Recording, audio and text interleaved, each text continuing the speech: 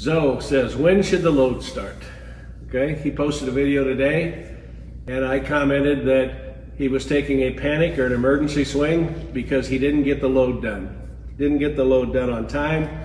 And I said, you got to start earlier. So everybody's body takes a certain length of time to achieve the loaded stretch position. You're probably slower at it right now because you're new to it than you will be in a couple weeks or in a year.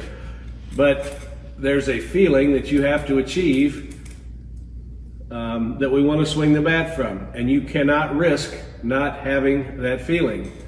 So, when to start? Generally speaking, handbrake is a good time to start your load, or at least to learn when to start your load. Start there. Start at handbrake, pitcher's handbrake, and then do your thing. And from when you start at handbrake, your load has to be done before or slightly before pitch release. So there's a tempo there. Your tempo is important. The pitcher's tempo is important. And based on your tempo and the pitcher's tempo, which by the way you should be able to figure out on deck, you should be able to figure out a time to start and a pace to do it at so that you're starting on time and you're doing it at a proper pace so that just before pitch release, you're at the loaded launch position, okay? If you're there just before pitch release, that means you could actually swing the bat at pitch release. We don't want to swing it then, but we need to be able to. If we can swing the bat at pitch release, that means we can also wait for the ball to get to us. And that's critical.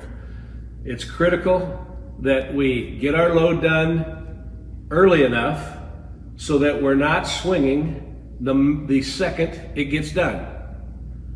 Okay? We want to get the load done early enough so that we actually hang there a tick before we swing.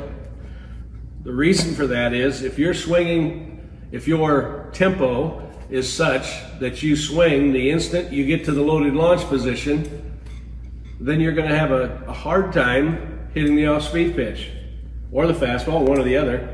One of them you're not going to be on time for.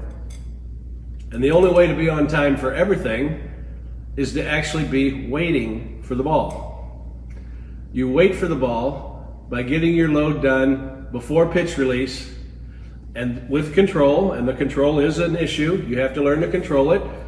I had a discussion today about what is the time difference between a 95-mile-an-hour fastball and say an 85-mile-an-hour changeup. How much time do you have to wait for that changeup? And I don't know, I didn't do the math, but I do know a good swing is 4 to 5 frames of video in a 30 frame per second video.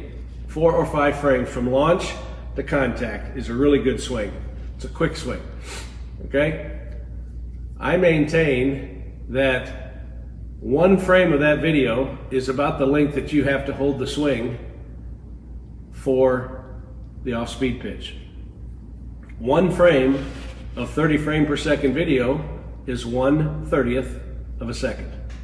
That's not very long, but it feels like a long time when you're thinking fastball and you get the off-speed pitch, okay? So you don't have to hold it a long time, but you do have to establish control of your launch position. You have to get there on time, you have to get there with control so that you're waiting for the fastball and you wait a tick longer for the off-speed pitch.